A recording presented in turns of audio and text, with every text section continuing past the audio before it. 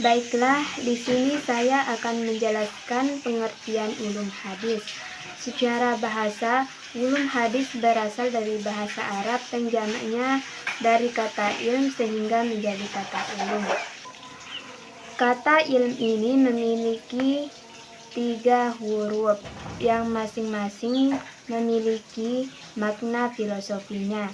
Di antara 3 huruf yang terkandung dalam kata ilm ini adalah huruf ain, lam, dan mim yang memiliki arti bekas sesuatu yang berbeda dengan yang lainnya.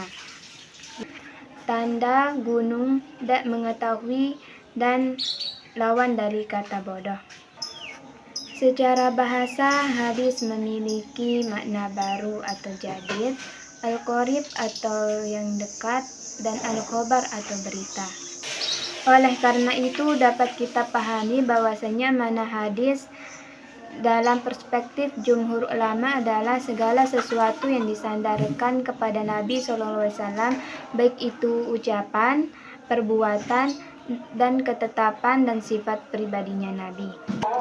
Menurut Izz al-Din Ibn Jamaah Gusti Al-Thahir, beliau memaparkan bahwasannya makna hadis adalah ilmu-ilmu yang membahas tentang kaidah-kaidah yang dengannya dapat diketahui keadaan sanad dan matanya.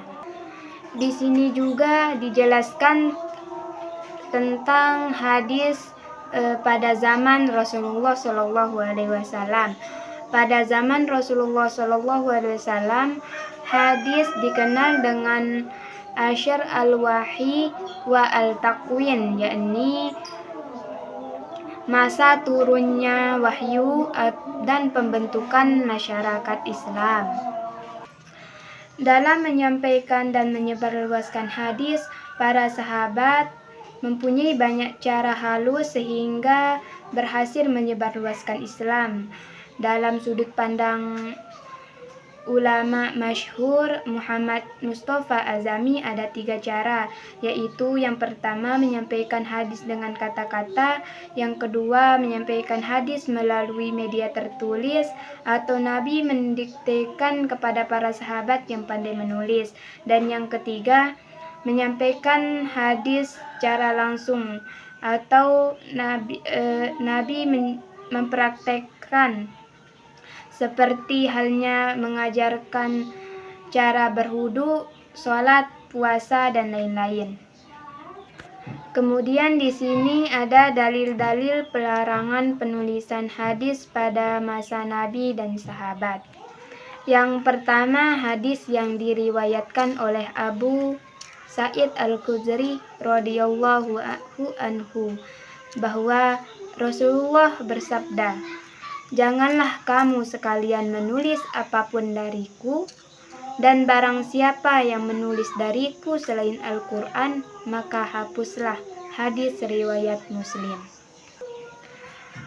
Abu Sa'id Al-Khudri radhiyallahu anhu berkata, "Kami telah berusaha minta izin untuk menulis hadis kepada Nabi Muhammad SAW, tetapi Nabi menolaknya." Dan yang ketiga, hadis yang diriwayatkan oleh Abu Hurairah, beliau berkata, "Kami telah keluar bersama Rasulullah dan kami menulis hadis-hadisnya." Selanjutnya, penulisan hadis pada masa sahabat. Pada masa sahabat, hadis-hadis Nabi SAW belum dibukukan karena para sahabat fokus kepada pembukuan Al-Quran.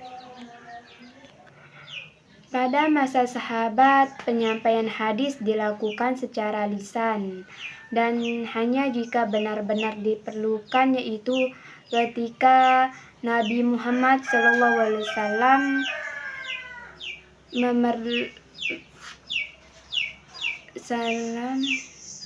yaitu ketika umat Islam benar-benar memerlukan tentang penjelasan hukum. Khalifah Abu Bakar dan Umar bin Khattab menerima hadis dari orang per orang dengan syarat disertai saksi yang menguatkan. Bahkan Ali bin Abi Thalib mensyaratkan sumpah di samping saksi. Oleh karena itu, pada masa Khulafaur Rasyidin disebut dengan masa pembatasan periwayatan. Selanjutnya, penulisan hadis pada zaman tabi'in. Pada masa tabi'in disebut masa pengkodifikasian hadis. Khalifah Umar bin Abdul Aziz perlu adanya penghimpunan dan pembukuan hadis karena beliau khawatir lenyapnya ajaran Nabi SAW setelah wafatnya para ulama.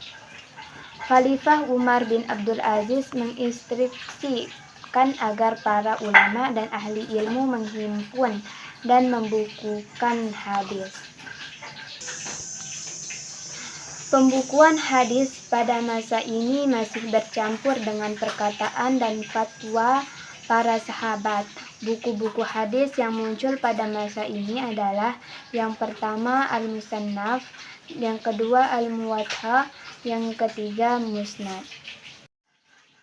Demikian materi yang dapat saya sampaikan, kurang dan lebihnya saya mohon maaf karena saya masih belajar. Mohon bimbingannya. Assalamualaikum warahmatullahi wabarakatuh.